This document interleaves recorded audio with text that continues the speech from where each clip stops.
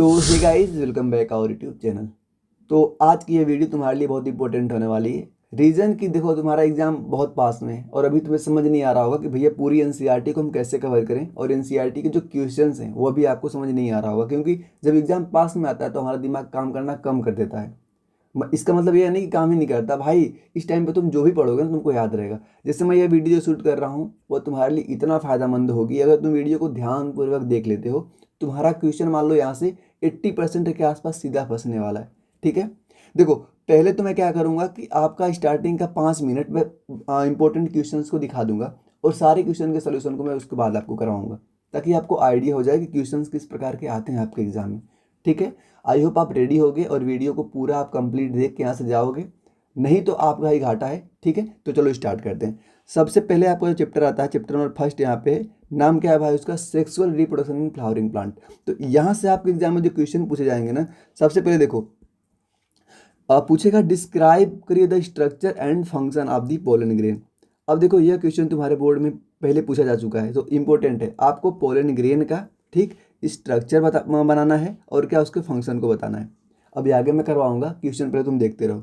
ठीक, दूसरा देखो, what are the various type of pollination. अब आपको दूसरा क्वेश्चन क्या है, यहाँ से पूछेंगे कि पोलिनेशन को बताइए और उसके टाइप कितने प्रकार के होते हैं। यह भी क्वेश्चन आपके बोर्ड में पूछा जा चुका है। ठीक, क्वेश्चन नंबर थर्ड, एक्सप्लेन करिए डबल फर्टिलाइजेशन इन प्लांट्स के अंदर। अगर इन तीन क्वेश्चनों को कर लेते हो, कौन कौन भाई, पहला पोलन ग्रेन के स्ट्रक्चर को और उसके फंक्शन को पता कर लो। ठीक, दूसरा पोलिनेशन पता कर लो और उसके टाइप को पता कर लो। तीसरा क्या तुम पता करोगे कि भाई यहाँ पे हाँ, डबल फर्टिलाइजेशन को एक्सप्लेन कर दोगे। इतना अगर तुम कर लेते हो, ठीक है ना, इतना अगर तुम कर लेते हो तो समझ लो कि तुम्हारा क्वेश्चन यहाँ से जहाँ से भी बनने की पॉसिबिलिटी होगी इसमें से बन जाएगा आपका। ठीक है ना। अब देखो नीचे देखो, जो रेड कलर से मैंने PYQs लिखे हुए हैं ना, वो इसी टॉपिक पे PYQ आया हुआ है। जैसे डबल फर्टिलाइजेशन के ऊपर कैसा PYQ पूछा था आपसे, यह पूछा था कि why it is unique to angiosperm. Angiosperm unique क्यों होता है, तो बताना कि भैया उसके अंदर डबल फर्टिलाइजेशन पाया जाता है। फिर हेडिंग लगा के डबल फर्टिलाइजेशन के बारे में तुम लिख दोगे। ठीक है ना। देखो जैसे ये वाला क्वेश्चन था तुम्हारा पोलिनेशन, तो इसमें पूछा कैसा क्वेश्चन था, इसमें पूछा था ना कि इसको डिस्कस करिए और उसके सिग्निफिकेंस को बताइए। ये भी देखो तुम्हारा PYQ है। तो पहला चैप्टर क्लियर, कैसे क्वेश्चन आएंगे, सारे क्वेश्चन को मैं कराऊंगा, घबराना मत।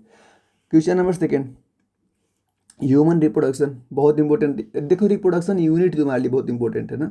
जो रिप्रोडक्शन आपकी यूनिट है यही तुम्हारे लिए बहुत ज़्यादा इंपॉर्टेंट है, समझ रहे हो ना। अब देखो यहाँ पे डिस्कस करना है आपको, क्या डिस्क्राइब करना है, process of spermatogenesis and oogenesis। देखो बहुत इजी क्वेश्चन है, लेकिन अगर तुम नहीं एक बार देखा रहोगे तो बहुत तुमको दिक्कत होगी। क्या है स्पर्मेटोजेनेसिस और oogenesis, मैं यहाँ पे डिटेल में बताऊंगा, लेकिन थोड़ा सा बताता हूँ। अब देखो स्पर्म यहाँ पे आ गया ना। स्पर्म जानते हो क्या होता है भैया, स्पर्म होता है मेल का आपका क्या होता है, मेल का गैमीट होता है। देखो स्पर्म हो गया, और जेनेसिस मतलब होता है ना भाई, जेनेसिस मतलब होता है ना फॉर्मेशन। क्या होता है, फॉर्मेशन। स्पर्म का फॉर्मेशन मेल के अंदर कैसे होता है उसी को बताने को स्पर्मेटोजेनेसिस कहते हैं। और एग का फॉर्मेशन फीमेल के अंदर कैसे होता है उसको बताने का प्रोसेस तुमको बताना है। इंपॉर्टेंट क्वेश्चन है बहुत ज़्यादा ये वाला। ठीक है ना। यहाँ पे कंपेयर देयर स्टेज, कंपेयर करना इसके स्टेज, इसके कुछ स्टेजेज होती हैं, इसको कंपेयर करोगे तो तुमसे देखो ये क्वेश्चन 5 मार्क में पूछा है 2022 के अंदर, ये जल्दी का एक क्वेश्चन है। आगे आओ, मेंस्ट्रुअल साइकिल तो पढ़ के ही जाना है आपको, मेंस्ट्रुअल साइकिल आपको पढ़ के ही जाना है, और उसमें जो हार्मोनल रेगुलेशंस होते हैं वो अभी आपको करके ही जाना है। ये क्वेश्चन भी आपसे पूछा जा चुका है। अगला क्वेश्चन देखो, एक्सप्लेन करिए the role of placenta during pregnancy. Pregnancy के दौरान प्लेसेंटा का क्या रोल होता है उसको भी आपको एक्सप्लेन करना है। क्वेश्चन किस प्रकार से पूछे थे, what hormones does it secrets, कौन सा हार्मोन्स उस समय पे सीक्रेट होता है। कम नंबर में ही है लेकिन है इंपॉर्टेंट। आओ अपने अगले चैप्टर पे जिसका नाम है रिप्रोडक्टिव हेल्थ। पहला क्वेश्चन स्क्रीनशॉट मारोगे तो मारना हो तो मार लेना कि discuss the significant of the reproductive health in society. PYQ इस पर कैसा बना था कि suggest measure to achieve it, इसको कैसे हम अचीव करते हैं। 5 मार्क का भाई लंबा चौड़ा आएगा, रिप्रोडक्टिव हेल्थ का थ्योरी में भी आए करवाऊंगा आपको। नेक्स्ट क्वेश्चन है आपका, what are contraceptive methods. Contraceptive method को आपको बताना है, discuss their type and merits. 3 mark का पूछा था आपके अंदर 2020 के अंदर। क्वेश्चन नंबर 3 थोड़ा सा फास्ट कराऊंगा क्योंकि हमें आपको सॉल्यूशन भी देना है, इसलिए क्वेश्चन को थोड़ा सा मैं फास्ट कराने का प्रयास करूंगा। ठीक है, एक्सप्लेन द रोल ऑफ बहुत इंपॉर्टेंट, इसको तो तुम मोस्ट इंपॉर्टेंट लगाओगे, क्या एमनियोसेंटेसिस इन डिटेक्टिंग जेनेटिक डिसऑर्डर्स। अब तुम्हारा ये चैप्टर है, ये चैप्टर देखो, अब यहाँ से principle of inheritance and variation and molecular basis of inheritance, ये दोनों चैप्टर आपके हॉटस्पॉट चैप्टर होते हैं, बहुत ज़्यादा क्वेश्चन यहाँ से पूछे जाते हैं। तो पहला क्वेश्चन देख लो, यहाँ से पूछा जाएगा आपसे, डिस्क्राइब करिए Mendel's law of inheritance, Mendel's law of inheritance को डिस्क्राइब करिए। अब और यहाँ से आपसे जो PYQ पूछा गया था कैसा था वो, explain with a cross between the tall and dwarf plants, आपको एक्सप्लेन करना था क्रॉस करवा के टॉल एंड ड्वार्फ में, ठीक है ना। आओ अगला question number second, what is incomplete dominance, ठीक है भाई। Question number 3, discuss the chromosomal theory of inheritance, chromosomal theory of inheritance को डिस्कस करनी है आपको। आओ अपने अगले चैप्टर के ऊपर, क्या है मॉलिक्यूलर बेसिस ऑफ इनहेरिटेंस। मैंने बताया था ये चैप्टर दोनों आपको हॉटस्पॉट है, बहुत मस्त मस्त क्वेश्चन, बहुत बड़े बड़े क्वेश्चन यहाँ से पूछे ही जाते हैं। सबसे पहले आपको एक्सप्लेन करना होगा स्ट्रक्चर ऑफ DNA को, ठीक, और how does it replicate. Question number second, describe करिए द रोल ऑफ mRNA, किसको करना है describe, role of mRNA in protein synthesis, किसमें, प्रोटीन सिंथेसिस के अंदर। क्लियर नहीं आता। नेक्स्ट क्वेश्चन देखो, what is genetic disorder, genetic disorder क्या होता है, इसको आपको एक्सप्लेन करना है। आओ अपने अगले चैप्टर पे जिसका नाम हो एवोल्यूशन। यहाँ पे आपसे क्या पूछेंगे, एक्सप्लेन करिए Darwin theory of natural selection, बहुत इंपॉर्टेंट क्वेश्चन है। आगे आओ, what is Hardy Weinberg principle, यह भी क्वेश्चन इंपॉर्टेंट है। डिस्कस करिए the origin of life according to the chemical evolution. ये तीनों क्वेश्चन आपको करके जाना है। एक चीज यहाँ पे छूट रहा है जो मैं यहाँ पे लिख दे रहा हूँ, लास्ट में जो ह्यूमन एवोल्यूशन एक पढ़ोगे, एक पेज जहाँ पे ह्यूमन एवोल्यूशन के बारे में लिखा गया है ना, जहाँ पे ब्रेन कैपेसिटी, ठीक है ना, रामाफिथेकस, ऑस्ट्रेलोपिथेकस जो वगैरह आए थे उसको तुमको पढ़ के जाना, मतलब समझ लो एवोल्यूशन का जो लास्ट पेज है उसको तुमको पढ़ के जाना है, ठीक। अगला चैप्टर आपका आता है human health and disease. Human health and disease में से पहला क्वेश्चन आपसे पूछा जाएगा, what is the role of immune system in human health, immune system का ह्यूमन हेल्थ के ऊपर क्या इफेक्ट होता है तुमको यह बताना है। एक्सप्लेन करिए the life cycle of plasmodium, बहुत इंपॉर्टेंट है, ठीक। What is the cause of the symptom of the AIDS, तीनों क्वेश्चन अगर तुम कर लेते हो एक क्वेश्चन फंस जाएगा यहाँ सीधा सीधा। यह चैप्टर तुम्हारे में से अभी हट चुका है, यह वाला आपके सिलेबस से हट चुका है चैप्टर ही पूरा पूरा। माइक्रोब्स इन ह्यूमन वेलफेयर आपके सिलेबस में है। एक्सप्लेन के the role of the microbes in the sewage treatment, अगर इस चैप्टर से आएगा क्वेश्चन तो यह क्वेश्चन जरूर पूछेंगे आपसे। अब बायो फर्टिलाइजर क्या होते हैं यह भी आपसे पूछा जा सकता है। दिख, how are microbes use in production of the antibiotics, देखो इसको स्किप नहीं करना है, बहुत लोग इसको स्किप करके डायरेक्ट जाके देखेंगे क्वेश्चन को, नहीं भाई तुमको यह भी देख के जाना है, तुमको आइडिया होगा क्वेश्चन कैसे पूछे जाते हैं। बायोटेक्नोलॉजी की अगर मैं बात करूं तो यहाँ पे प्रिंसिपल एंड प्रोसेस चैप्टर है। सबसे पहले आपको रिस्ट्रिक्शन एंजाइम पढ़ के जाना है, ठीक। Describe the process of the gene cloning, इसको भी आपको पढ़ के यहाँ से जाना होगा। PCR टेक्निक कैसे क्या होती है भाई, इसको भी आपको पढ़ना ही पढ़ना है। बायोटेक्नोलॉजी एंड इट्स एप्लीकेशन, ये चैप्टर आपका, यहाँ पे क्वेश्चन कैसे पूछेंगे। एक्सप्लेन करिए the concept of the genetic modified organism, जिसको हम क्या बोलते हैं, GMO बोलते हैं, इंपॉर्टेंट है, ठीक। What are the application of biotechnology in the medicine, biotechnology का क्या भाई एप्लीकेशन बताना है आपको ना यहाँ पे, ठीक है। क्वेश्चन नंबर 3 देखो, describe the role of biotechnology in the environmental protection. अब आते हैं अपना चैप्टर शुरू होता है आपका क्या, इकोलॉजी, बहुत ये भी इंपॉर्टेंट सेक्शन ही है, ठीक है ना। ये नीट के लिए बहुत इंपॉर्टेंट है क्योंकि यहाँ से 10+10 से 12 क्वेश्चन पूछ लेते हैं, ठीक है ना। अब देखो पहला क्वेश्चन ऐसे कैसा आएगा, डिस्कस करिए the population interactions in an ecosystem, ठीक है, ये क्वेश्चन पूछा जा चुका है आपसे। होम्योस्टेसिस क्या होती है, ये भी आपके लिए इंपॉर्टेंट है। Explain the concept of the ecological succession, यह आपको नहीं पढ़ना है, यह आपको नहीं पढ़ना है, रीजन की सक्सेशन टॉपिक डिलीट हो गया NCERT से। इकोसिस्टम अगर आपको देखा जाए तो यहाँ पे what is energy flow in ecosystem important है। Describe the role of the decomposer in a ecosystem, ये भी इंपॉर्टेंट है। What are the components of an ecosystem. Biodiversity and conservation, last chapter आपके बायो का, व्हाट इज बायोडाइवर्सिटी, ये आप पढ़ जाना है। Discuss the importance conservation of the biodiversity, ये भी इंपॉर्टेंट है। What are the biodiversity hotspot, ये भी आपको पढ़ के जाना है, और ये चैप्टर भी आपके सिलेबस से हट चुका है। तो भाई इतना कितना टाइम हुआ, हमने 9 मिनट में हमने आपको यह बता दिया कि कौन कौन से क्वेश्चन इंपॉर्टेंट है। अब बचे टाइम में मैं आपको डिस्कस करूँगा इस चैप्टर के इंपॉर्टेंट क्वेश्चन को। रेडी होंगे आप, चलो। जो पहला चैप्टर आपका शुरू होता है, चैप्टर का नाम है sexual reproduction in flowering plant. ध्यान से वीडियो में बने रहना, अगर यहाँ तक देखो वीडियो तो तुमको समझ आ गया होगा कि भैया सारे इंपॉर्टेंट क्वेश्चन आप करवा ही रहे हो, ठीक। तो जो पहला क्वेश्चन आपके सामने था वो क्या था, describe the structure and function of the pollen grain, यही था ना, क्या था, describe the structure and function of the pollen grain. चलो देखो ध्यान से देखना, अब तुमको बोल रहे हैं ना कि अब pollen grain consist of 2 layer, जो पोलन ग्रेन होता है उसके पास कितनी 2 लेयर होती हैं। कितनी लेयर होती है भाई? 2 लेयर्स होती हैं। जो बाहर की लेयर होती है, आउटर लेयर, जो बाहर की लेयर होती है, इसको हम क्या नाम देते हैं? उसको नाम देते हैं एक्साइन। किस वाली? बाहर वाली लेयर को, जो बनी होती है स्पोरोपोलिनीन नामक एक केमिकल से। किससे बनी होती है? स्पोरोपोलिनीन नामक एक केमिकल से, जो कि कैसा होता है? एक हाईली रेजिस्टेंस होता है, जिसको डीके मतलब जिसको नष्ट नहीं किया जा सकता है। क्लियर? क्या बताया हमने भाई? क्या बताया हमने? जल्दी बताओ। हमने बताया कि जो पोलन ग्रेन होता है उसमें 2 लेयर होती हैं। जो बाहर वाली लेयर होती है उसको हम एक्साइन बोलते हैं, वो बनी होती है स्पोरोपोलिनीन की, जिसको जो हाईली रेजिस्टेंस होती है। जो अंदर वाली लेयर होती है इसको हम क्या बोलते हैं? इंटाइन बोलते हैं, जो कि बनी होती है सेलुलोज एंड पेक्टोज की। किसको? Cellulose and pectose. एनसीईआरटी में लिखा हुआ है, यहाँ पर नहीं लिखा था, हमने ऐड कर दिया। इनसाइड देयर 2 सेल्स, इसके अंदर कैसी होती हैं? 2 सेल्स होती हैं। एक सेल का नाम होता है जनरेटिव सेल, दूसरी का नाम होता है वेजिटेटिव सेल। जो जनरेटिव सेल होती है वो क्या करती है? मेल गैमेट्स को बनाती है। क्या करती है? जो जनरेटिव सेल होती है वो 2 मेल गैमेट्स को बनाती है, और जो वेजिटेटिव सेल होती है वो लीड करती है पोलन ट्यूब के फॉर्मेशन के लिए। किसको? पोलन ट्यूब के फॉर्मेशन के लिए, और एडिंग टू फर्टिलाइजेशन। तो इतना आपको लिखना है। अगर आपको स्ट्रक्चर ही बनना पड़ेगा तो एनसीईआरटी में स्ट्रक्चर साफ साफ दिया हुआ है। मेरे पास एनसीईआरटी है। कहाँ गई?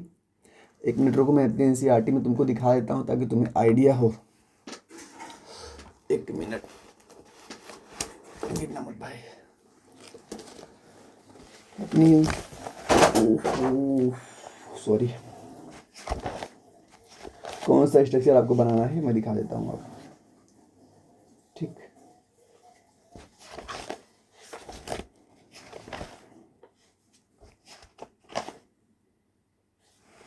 देखो एक मिनट,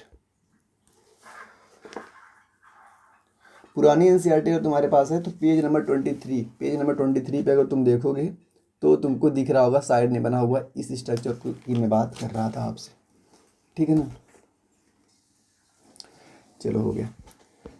अब what are the various type of pollination, question number 2 के ऊपर आते हैं। What are the various type of pollination. ठीक, तो इसका अगर मैं सॉल्यूशन की बात करूं तो जो सबसे पहला सॉल्यूशन में क्या लिखोगे? ऑटोगेमी। क्या लिखोगे? ऑटोगेमी। जो ऑटोगेमी होता है भाई वो क्या करता है? Self pollinations in the same flower. क्या है? Self pollination in the same flower. ठीक, जैसे एग्जाम्पल के तौर पे पी हो गया, एग्जाम्पल के तौर पे क्या हो गया? पी हो गया। दूसरा होता है जिटेनोगेमी। क्या होता है? जिटेनोगेमी। यह क्या करता है? Transfer of pollen grain between the flower of the same plant. इसमें क्या होता है? प्लांट सेम होता है। एग्जाम्पल के तौर पे मेज याद रखना है तुमको। नेक्स्ट है जीनोगेमी। जीनोगेमी यह करवाता है आपका cross pollination between the different plant. Example sunflower. Clear? Xenogamy जो होता है इंक्रीज करता है जेनेटिक डाइवर्सिटी को, प्रमोट करता है एडाप्टेबिलिटी को। यहाँ तक कोई दिक्कत नहीं होनी चाहिए। आओ आगे, क्वेश्चन नंबर 3, एक्सप्लेन करिए डबल फर्टिलाइजेशन को। इस चैप्टर का सबसे, यह वाला हम समझ लो कि सबसे ज़्यादा इंपॉर्टेंट है। ठीक है ना? क्या एक्सप्लेन करना है? डबल फर्टिलाइजेशन को। किसका कैरेक्टरिस्टिक फीचर होता है? एंजियोस्पर्म का। ठीक है ना? एंजियोस्पर्म। देखो in angiosperm the double fertilization में इसमें कितने 2 फर्टिलाइजेशन इवेंट होते हैं। ठीक, उसमें से देखो पहला पॉइंट देखो, 1 स्पर्म जो होता है फ्यूज करता है with egg to form zygote. उसमें से जो एक स्पर्म था ना भाई वो फ्यूज करता है एग के साथ, जो कि क्या बनाता है? जाइगोट बनाता है। ध्यान से मेरी बात को सुनते जाओ। दूसरा देखो, द अदर जो दूसरा होता है वो फ्यूज करता है 2 पोलर न्यूक्लियाई के साथ, जो क्या बनाता है? ट्रिप्लाइट्स इंडोस्पर्म, जो कि कैसा होता है? 3n होता है। ठीक है ना?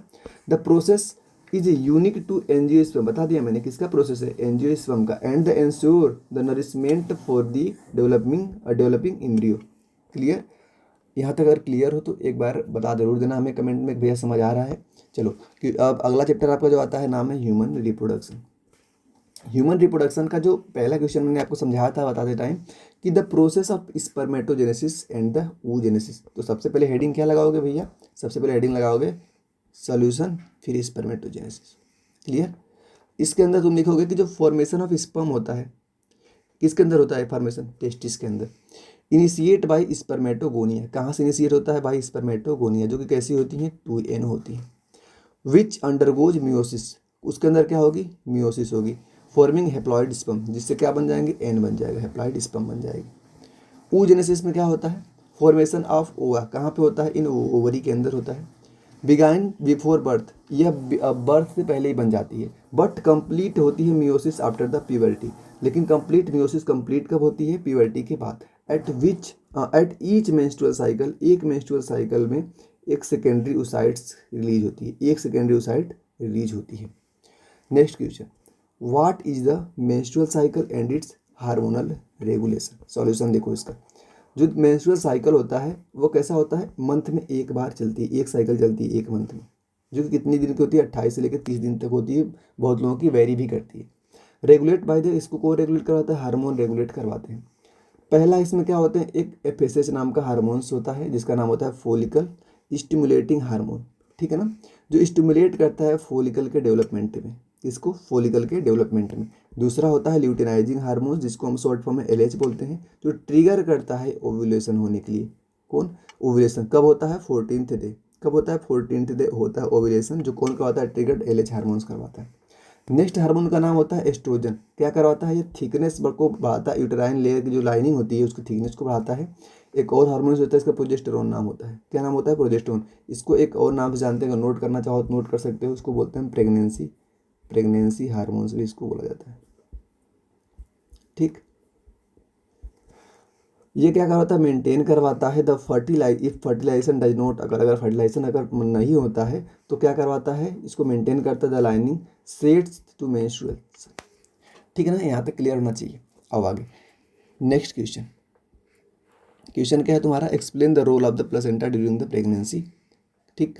आओ तो सोल्यूशन देखोगे इसका कि the placenta serve as a connections between the mother and foetus. जो प्लेसेंटा होता है ये एक कनेक्शन होता है मदर और फीटस के बीच का, जो फैसिलिटेट करता है द एक्सचेंज ऑफ द किसको? नरिशमेंट को, गैसेस को एंड वेस्ट मटेरियल्स को। It's secret hormones like the human chorionic gonadotropic hormones, जिसको हम HCG बोलते हैं। क्या बोलते हैं? HCG।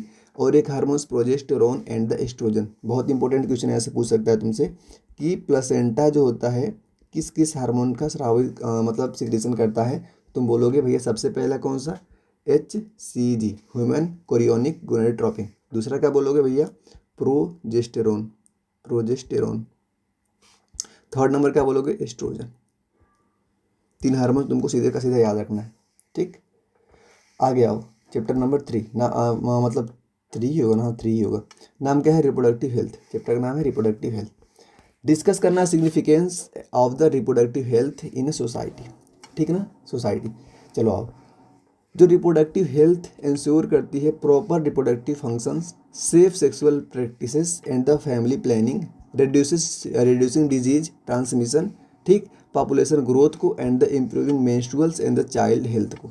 Strategy like the awareness program, contraceptive and the health care service help in achieve this. इतना लिखोगे तुमको नंबर मिल जाएगा अच्छा खासा। What are the contraceptive methods? क्या होता है कॉन्ट्रासेप्टिव मेथड्स भाई? सबसे पहला मेथड का नाम होता है बैरियर मेथड्स, जिसमें कॉन्डोम्स प्रिवेंट करता है स्पर्म को एग तक पहुंचने के लिए, ठीक है ना। क्या करता है? स्पर्म को एग तक पहुंचने के लिए प्रिवेंट करता है, नाम होता है condoms. Next hormonal methods. Hormonal methods भाई क्या क्या यूज करते हैं? पिल्स यूज करते हैं, जो कि रेगुलेट करती है हार्मोन्स को, प्रिवेंट करती है किसको? ओव्यूलेशन। जब 14th डे ओव्यूलेशन ही नहीं होगा तो भाई स्पर्म जाकर किससे फर्टिलाइज होगा? समझ रहे हो। नेक्स्ट का नाम होता है इंट्रा यूटेराइन डिवाइसेस। क्या होता है? इंट्रा यूटेराइन डिवाइसेस, जो प्रिवेंट करती है फर्टिलाइजेशन को और किसको? इम्प्लांटेशन। किसको बोलते हैं इम्प्लांटेशन? जो इम्ब्रियो आके जो इंडोमेट्रियम के साथ मिलता है उसी को हम बोलते हैं इम्प्लांटेशन। नेक्स्ट होता है सर्जिकल मेथड। सर्जिकल मेथड्स में क्या होता है? इसमें स्टेरालाइजेशन, जैसे वैसेक्टोमी एंड ट्यूबेक्टोमी। अब वैसेक्टोमी क्या होती है? रिमूवल ऑफ वास डिफरेंस, ये होती है मेल के अंदर, ठीक है ना। किसके अंदर होती है? मेल के अंदर। ट्यूबेक्टोमी, यहाँ पे क्या करते हैं? फैलोपियन ट्यूब को हटा देते हैं, काट के बांध देते हैं, ये होती है फीमेल के अंदर। और परमानेंट सोल्यूशन, ये हमेशा के लिए होता है। These methods to help control the population and the prevent करता है सेक्सुअल ट्रांसमिटेड इन्फेक्शंस को। क्वेश्चन नंबर 3, एक्सप्लेन करिए the role of the amniocentesis. Most important question, most important. Explain करना है the role of amniocentesis in detecting genetic disorder, ठीक। Solution देखो इसका, solution देखो। जो एम्नियोसेंटेसिस होता है is a prenatal diagnostic technique where amniotic fluid, कौन सा fluid? Amniotic fluid is tested for the genetic disorders like the down syndrome, however it's miss use for sex determination it controversial and illegal. देखो ध्यान से क्या मतलब है, जो amniocentesis होता है ना, इसको पहले लीगलाइज किया गया था। क्यों किया गया था? क्योंकि जैसे मान लो कि कोई अगर बेबी हुआ तो उसके एमनियोटिक फ्लूइड्स को हम निकालते थे सिरंज के थ्रू, उसके बाद उसको टेस्ट करते थे कोई डिजीज तो नहीं है। जैसे कौन सी डिजीज?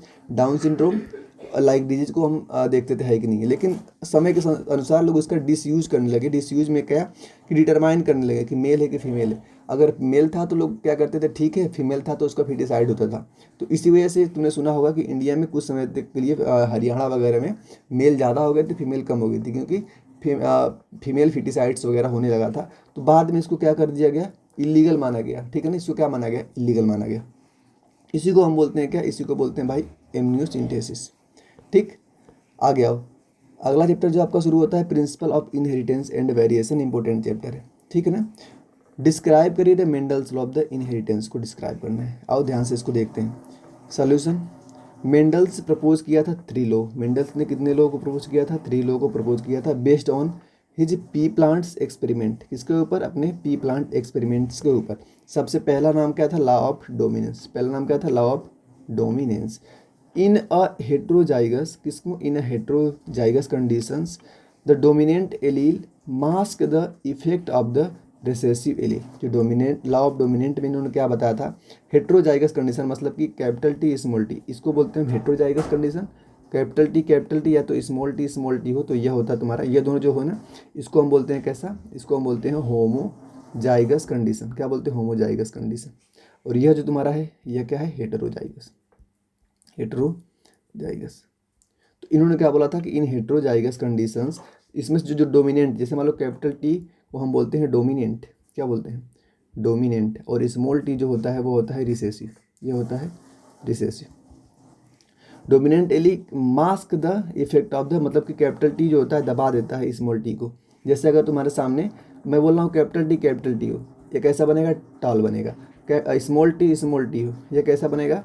ड्वार्फ बनेगा। ठीक, लेकिन अगर कैपिटल टी और स्मॉल टी हो, तुम पूछोगे भैया ये क्या बनेगा? टॉल की ड्वार्फ, तुम बोलोगे टाल बनेगा। रीजन कि जो कैपिटल टी था ना, यह इस अपना इफेक्ट को बढ़ा चाह देगा और इसके इफेक्ट होता है, जैसे अमीर लोग गरीब को दबा देते हैं ना, सेम वैसे ही जो ड्वार्फ वाला है उसको यह कैपिटल टी वाला दबा देगा, कैसा बन जाएगा? टॉल बन जाएगा। यह करने का मतलब है, यह होता है लॉ ऑफ डोमिनेंस। आगे आओ, लॉ ऑफ सेग्रीगेशन की बात करेंगे। लॉ ऑफ सेग्रीगेशन, इसमें क्या होता है? ड्यूरिंग गैमीट्स फॉर्मेशन, जब गैमीट का फॉर्मेशन होता है, जो एलील्स होते हैं वो सेपरेट होते हैं, so that's each gametes get only 1 alleles from each gene pair. ठीक है ना, ड्यूरिंग गैमीट का फॉर्मेशन एलील, एलील समझते हो ना क्या होता है? एलील, जैसे मान लो मैं बोल रहा हूँ हमारे सामने यह एक क्रोमोसोम है, तो इस पोजीशन पे अगर हमारा हाइट का जीन है कैपिटल टी, तो यहाँ पे भी इस पोजीशन पे क्या होगा? हमारा हाइट का जीन होगा। मतलब देखो हाइट, मतलब हाइट तो जैसे मान लो हाइट है, हाइट में टाल और डॉर्फ दोनों आ रहे हैं ना हमारे, टाल और डॉर्फ, तो ये हमारा टाल हो गया और ये डॉर्फ हो गया। तो इस वाले पोजीशन पे, इस लोकस, इसको हम बोलते हैं लोकस, इस लोकस पे हमारा क्या पाया जाएगा? हाइट का जीन। तो इसी को हम बोलते हैं एलील। ठीक है ना, कैसे होते हैं? हमेशा पेयर में होते हैं। एलील कैसे होते हैं? हमेशा पेयर में होते हैं।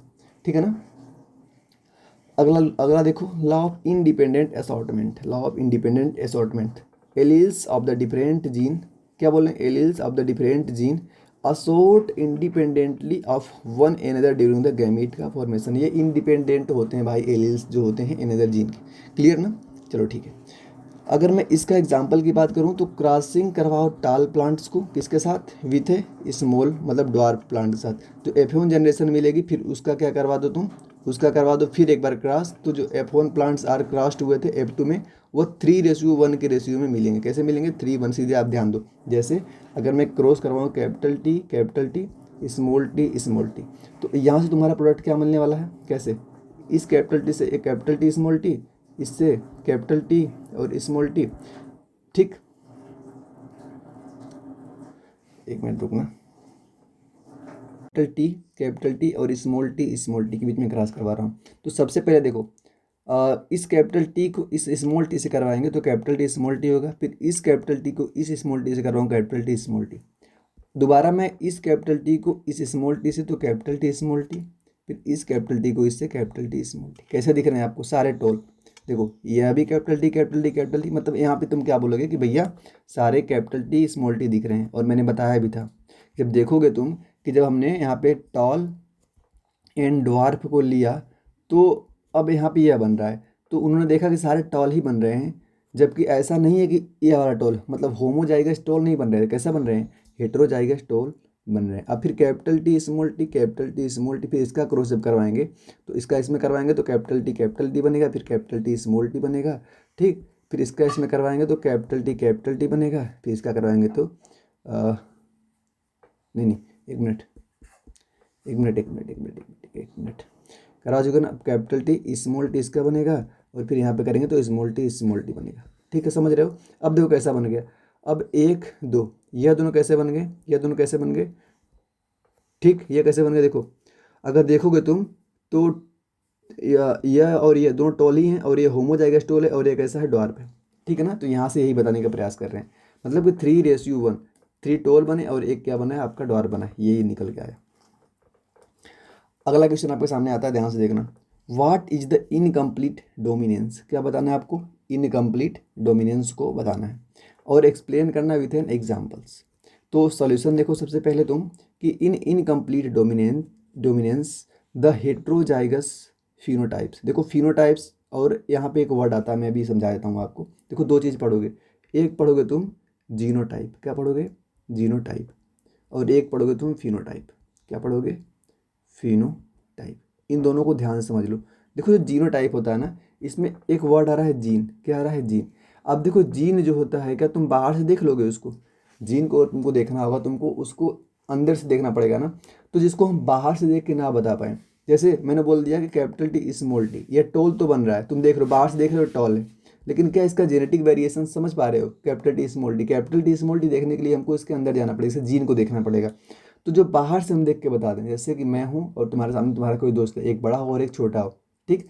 तो तुम देख के बता दो भैया ये बड़ा है और ये छोटा है, तो तुम बाहर से देख के बता रहे हो, इसको हम बोलते हैं फिनोटाइप। किसको? जिसको तुम बाहर से देख के बता देते हो, बाहर से देख के बता देते हो। जिसको बाहर से देख के नहीं बता पाओगे वो होता है तुम्हारा जीनोटाइप। तो यहाँ पे heterozygous phenotype is intermediate between the two homozygous phenotypes. Example इसका क्या आता है? Snap dragon. क्या एग्जाम्पल इसका याद करोगे? Snap dragon. Crossing red flowers plants with white flower plants. किसमें क्रॉस कराना है आपको? Red flower plant. जो रेड फ्लावर प्लांट होता है उसको हम किससे नोट करते हैं? कैपिटल आर से। और जो वाइट फ्लावर प्लांट्स होता है उसको स्मॉल आर। मतलब कि रेड फ्लावर यहाँ पे जो होगा वह कैसा होगा आपके हिसाब से? वो कैसा होगा भैया? वो होगा डोमिनेंट। कैसा होगा? डोमिनेंट। और जो यह होगा वो कैसा होगा? यह होगा रिसेसिव। और हम जानते हैं कि अगर मान लो एक कैपिटल आर स्मॉल आर बने तो ये कैसा बनेगा? रेड आएगा कि वाइट? रेड आना चाहिए। पीछे हमने पढ़ के कैसा आना चाहिए? रेड आना चाहिए। अलग बात है कैसा है? हेटेरोजाइगस है, हेटेरोजाइगस। समझ रहे हो ना? ये पीछे यही सब तो समझ के आ रहे हैं। तो हमारे हिसाब से कैसा आना चाहिए था? जो हमने पीछे यहाँ पे पढ़ा डोमिनेंस में, हमारे हिसाब से कैसा आना चाहिए था? रेड आना चाहिए था। लेकिन रिजल्ट में देखा गया कि भैया रेड ना कैसा आ गया? पिंक फ्लावर आ गया। कैसा आ गया? Pink flower. Small are capital R, pink flower. तब मेंडल ने बोला कि भैया यह एक्सेप्शन है। यह जो हमारा था डोमिनेंस का एक्सेप्शन, मतलब कैसा? इनकम्प्लीट। पूरा डोमिनेंस नहीं, इसलिए इसका नाम क्या है? Incomplete dominance. ये कैसा आ गया? पिंक ही अलग ही एक आ गया F1 जनरेशन के अंदर। जबकि हमारे हिसाब से जो मेंडल ने बोला था कैसा आना चाहिए था? आना चाहिए था रेड, लेकिन नहीं आया। कैसा आया? पिंक आया। इसलिए इसका नाम क्या हो गया? इसका नाम हो गया इनकम्प्लीट डोमिनेंस। एग्जाम्पल क्या ध्यान देना? Snap dragon. क्या ध्यान देना? स्नैप ड्रैगन, ठीक। फिर F2 जनरेशन हमने करवाया तो उसमें फिनोटाइपिक रेशियो बिकम कैसा मिला? 1:2:1, जो कि रेड और पिंक का मिला। कैसा मिला? रेड और पिंक का मिला। मतलब व्हाइट जैसे लग रहा है गायब ही हो गया, समझे। नेक्स्ट क्वेश्चन है, डिस्कस करना है the chromosomal theory of inheritance giving supporting evidence, और आपको एविडेंस भी देना है। सबसे पहला चीज कि प्रपोज किसने किया था भाई? प्रपोज किया था आपके, जल्दी बताओ। सटन एंड बावेरी ने। प्रपोज किसने किया था? सटन एंड बावेरी ने। किसको? क्रोमोसोमल थ्योरी को। स्टेटमेंट क्या था इसका? कि genes are locate on the chromosome. किसके ऊपर लोकेट होते हैं? क्रोमोसोम के अंदर। And flow the principle of Mendelian inheritance. Supporting evidence come from the, कहाँ से आता? सपोर्टिंग थॉमस हंट मोर्गन नाम के एक साइंटिस्ट हुए जिन्होंने एक्सपेरिमेंट किया था किसके ऊपर? फ्रूट फ्लाई के ऊपर, जिसको नाम होता है ड्रेसोफिला। फ्रूट फ्लाई का नाम क्या होता है? ड्रेसोफिला, इसके ऊपर एक्सपेरिमेंट करके इन्होंने क्या कर दिया, सपोर्टिंग एविडेंस देके क्लियर कर दिया। मतलब तुम कैसे लिखोगे कि भैया क्रोमोसोमल थ्योरी को प्रपोज करने वाले साइंटिस्ट का नाम था सटन एंड बावेरी, एक्सपेरिमेंटली प्रूव किया था इसको थॉमस हंट मॉर्गन ने, एक्सपेरिमेंट किया था फ्रूट फ्लाई के ऊपर, इसका नाम होता है ड्रेसोफिला। क्लियर यहाँ तक? आओ आगे। Where so the sex linked trait, इन्होंने क्या लिया था, सेक्स लिंक्ड ट्रेट, जैसे आई लिया था, उस आई कलर को लिया था, ठीक है ना, फॉलो किया था inheritance pattern similar to the chromosomes. यहाँ तक क्लियर? ठीक, कितना मिनट हुआ? 6 मिनट।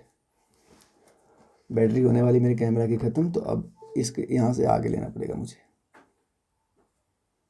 1 मिनट।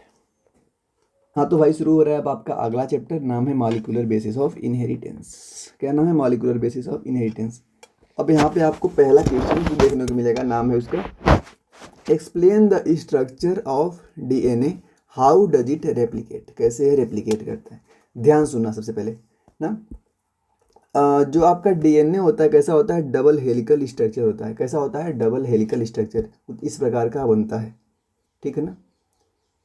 ये होता है आपका कुछ इस प्रकार का डबल हेलिकल स्ट्रक्चर, बना होता है न्यूक्लियोटाइड, देखना ध्यान देना, न्यूक्लियोटाइड से बना होता है ना। ईच कॉन्सिस्ट ऑफ किससे?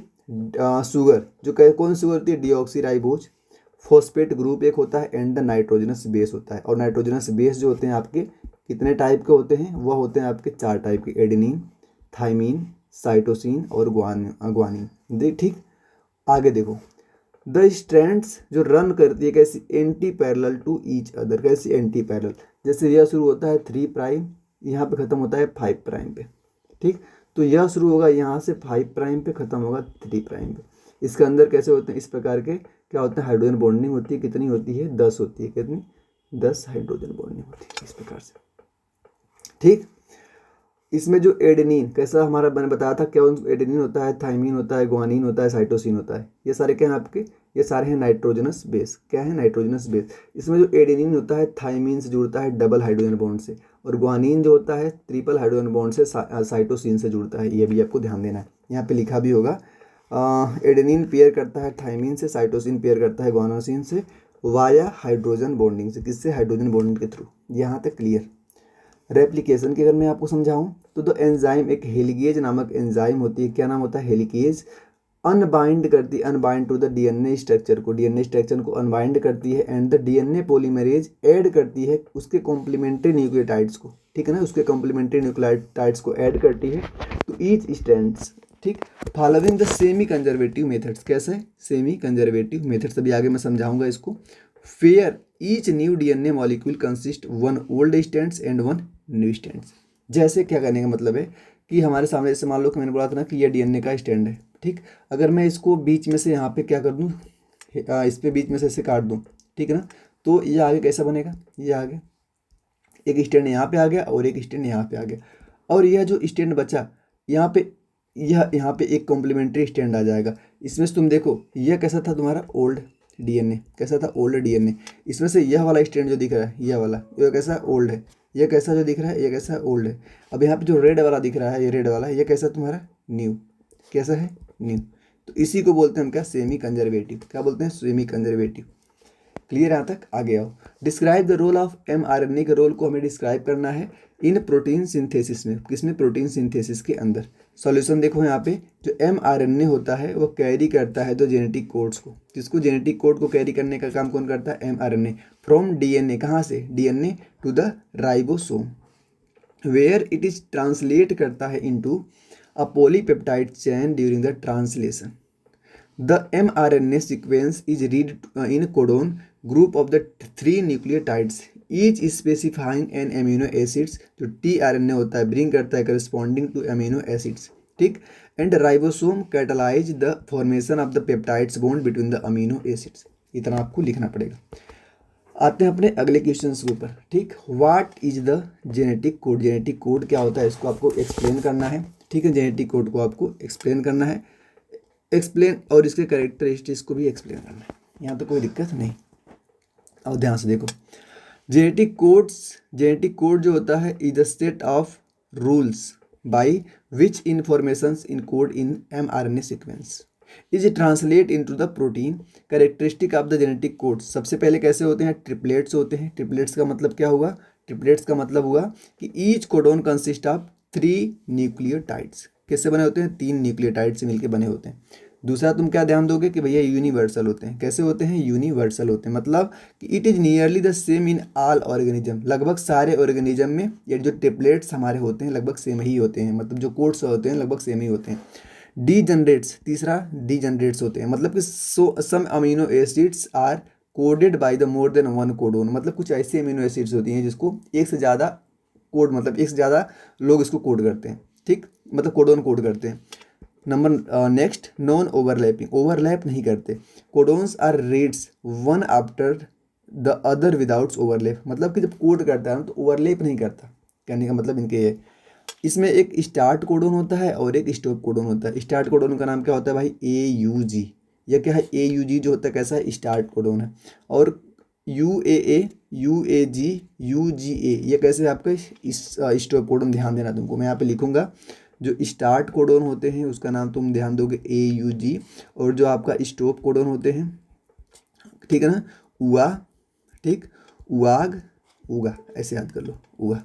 ये तुम्हारे हो गए स्टॉप कोडोन। चैप्टर अगला स्टार्ट हो रहा है, तुम्हारा नाम है एवोल्यूशन। चैप्टर का नाम है एवोल्यूशन, ध्यान से देखना है इस चैप्टर को। क्या है, पहला क्वेश्चन, एक्सप्लेन करिए Darwin theory of the natural selection को आपको एक्सप्लेन करना है। Provide the example of adaptation, एक एडॉप्टेशन का एग्जांपल देके भी आपको यहाँ पे समझाना है। सबसे पहले डार्विन थ्योरी सजेस्ट किए थे that the organism with favourable traits are more likely to survive and the reproduce, passing these trait to the next generation. यहाँ तक क्लियर। ओवर टाइम, समय बीतने के साथ, this lead to the evolution of the species. Species का क्या होता है, एवोल्यूशन होता है। यहाँ तक कोई दिक्कत नहीं होनी चाहिए। एग्जाम्पल, ठीक है ना, पेपर्स मोथ, इसका एग्जाम्पल पेपर्स मोथ। हाँ, during the industrial revolutions so shift in the population from the light colour moth to dark colour moths due to pollution which made the dark colour moth better camouflage against the predator. देखो इसको मैं अगर थोड़ा सा मतलब वैसे language में समझाओ तुम समझ जाओगे। जैसे जैसे जो मोथ होते हैं ना, एनसीईआरटी में फिगर बना हुआ है ध्यान से ना, 2 टाइप के थे। जैसे मान लो एक हमारा वाइट कलर का था, कैसा था, एक वाइट कलर का था, और एक हमारा मान लो ग्रे कलर का था। 2 कलर के थे। तो हमारे सामने जैसे मान लो कोई हमारा पेड़ है, ठीक है ना, हमारा कोई पेड़ है, वह नॉर्मली कैसा होता है, ग्रे ही होता है। कैसा होता है, नॉर्मली ग्रे होता है। तो अगर मान लो कि ग्रे वाले ग्रे के ऊपर बैठ जाएंगे, ग्रे वाले ग्रे के ऊपर बैठ जाएंगे, जो इसके ऊपर प्रेडेटर खाने के लिए इसको आएगा, इसको पेड़ और इसके मोथ के में डिफरेंट नहीं कर पाएगा, तो खा ही नहीं पाएगा, खा ही नहीं पाएगा। जैसे मान लो कि अब यहाँ हमने क्या कर दिया, एक इंडस्ट्री लगा दी, इंडस्ट्रियल एरिया बना दिया इसको। तो जब इसके धुआं, मान लो इसका जो स्मोक वगैरह आएगा, इसको पेड़ के ऊपर इकट्ठा होगा, कैसा पेड़ हो जाएगा, मान लो वाइट हो गया। अब ग्रे वाला इसके ऊपर बैठेगा तो व्हाइट के ऊपर ग्रे आराम से दिख जाएगा, अब प्रेडेटर आएगा आराम से इसको खा जाएगा। समझ रहे हो, यही बोल रहे हैं कि during the industrialization so the shift population on the light colour moth to dark colour moth due to the pollution, pollution की वजह से, which is made to dark colour moth better camouflage against the predator. समझिए। Question number next, what is the Hardy Weinberg principle. Hardy Weinberg principle क्या था, explain its significant in evolution, के अंदर इसका significant को बताना है। सोल्यूशन देखो, the Hardy Weinberg principal states that the allele frequency in a populations remain constant across the generation in the absence of the evolutionary influences. बोल रहे हैं कि जो हार्डी विनबर्ग प्रिंसिपल ने बोला था कि जो एलील की फ्रीक्वेंसी होती है न किसी भी पॉपुलेशन के अंदर कैसी होती है, कांस्टेंट होती है। तुम बोलोगे कि एलील फ्रीक्वेंसी कैसी होती है, कांस्टेंट होती है। क्या होती है, कांस्टेंट। किसने बोला था, हार्डी विनबर्ग ने बोला था। ठीक, जैसे सच एज द म्यूटेशन, जानते हो म्यूटेशन क्या होती है, gene flow, genetic drift, selections and the non-random matching. It provide a baseline to determine if a population is evolving by the comparing observed genetic variation with the expecting frequencies under equilibrium condition. यहाँ तक कोई दिक्कत नहीं। अगला question देखो, discuss the origin of life. Discuss करिए the origin of life को according to the chemical evolution. किसके अकॉर्डिंग, केमिकल एवोल्यूशन के अकॉर्डिंग। एक्सप्लेन किसने किया था, मिलर एंड यूरे ने एक एक्सपेरिमेंट करके। सॉल्यूशन देखो यहाँ पे, chemical evolution suggest that the life originate from the simple inorganic molecule. क्या बोला था केमिकल एवोल्यूशन की जो लाइफ ओरिजिनेट हुई है सिंपल इनऑर्गेनिक मॉलिक्यूल से ओरिजिनेट हुई है, that gradually formed organic molecule in early earth condition. जिस समय अर्थ की कंडीशन मतलब उस समय अर्थ की जैसी कंडीशन थी वैसी कंडीशन बनाना ये लोग चाह रहे थे ताकि हम देखें एक्सपेरिमेंट करके। मिलर एंड यूरी ने जो अपना एक्सपेरिमेंट किया, साइमल सिमुलेटेड द ईयरली अर्थ्स, ठीक, अर्ली अर्थ एटमोसफियर। जैसे उस समय कैसा था, मेथेन वहाँ पे प्रेजेंट थी, अमोनिया थी, हाइड्रोजन था, वाटर वेपर था, वैसा ही कंडीशन इन्होंने बनाया। यूज किया है इलेक्ट्रिकल स्पार्क को, ठीक है ना, किसके, लाइटनिंग के मिमिक्स मतलब उसी के जैसे। After a few days amino acids and other organic molecule were found, वहाँ पे अमीनो एसिड्स और अदर ऑर्गेनिक मॉलिक्यूल पाए गए, जिसने क्या सपोर्ट कर दिया कि भाई केमिकल एवोल्यूशन का जो था वो सही था। क्योंकि जहाँ पे अमीनो एसिड मिल गई मतलब कि प्रोटीन मिल गया और प्रोटीन से जीव बन सकता है इजीली, ठीक। अगला चैप्टर का नाम है ह्यूमन हेल्थ एंड डिजीज। क्या नाम है, ह्यूमन हेल्थ एंड डिजीज। पहला क्वेश्चन देखो, what is the role of immune systems in human health, ठीक। Discuss the type of immunity. भाई मैं थक गया यार, कितना टाइम हो गया, कितना चैप्टर अभी यहाँ से बचा है, बहुत बचा है ना, रुको। अगर तुम लोग बोलो तो इसको या तो मैं अगली वीडियो में करवाऊँ। देखो यहाँ पे मैं रोकूंगा क्योंकि अब देखो दो चांस, यहाँ पे नेक्स्ट वीडियो में करवाना, कमेंट यहाँ तो जो देखा है वीडियो को बताएगा भैया या तो इसको आगे करवाओ, अगर नहीं तो तुम बोलोगे कि बस भाई पीडीएफ आप दे दो, पीडीएफ आप दे दो। कहाँ पे, अपने टेलीग्राम चैनल पे, लिंक डिस्क्रिप्शन बॉक्स में है, पीडीएफ से हम लोग कर लेंगे, ठीक। दो चीज़ बता देना। तो चलो धन्यवाद भाई, मिलते हैं अपनी अगली वीडियो में। अब यहाँ से ह्यूमन कितना चैप्टर बचा, ह्यूमन हेल्थ एंड डिजीज बच रहा है तुम्हारा, ठीक। ये तो है नहीं तुम्हारे अंदर। फिर तुम्हारा आ रहा है माइक्रोब्स इन ह्यूमन वेलफेयर, थोड़ा सा ये। अरे यार अभी मेन बचा था, बायोटेक्नोलॉजी बच रही थी तुम्हारी, ठीक, मतलब आधा बच रहा है तुम्हारा अभी। एप्लीकेशन बच रहे हैं इसके, फिर पूरा का पूरा इकोलॉजी बच रही होगी आपकी, ठीक। इकोलॉजी बच रही है पूरा पूरा। चलो इसको अगले वीडियो में करवाने का प्रयास करेंगे, धन्यवाद, ठीक।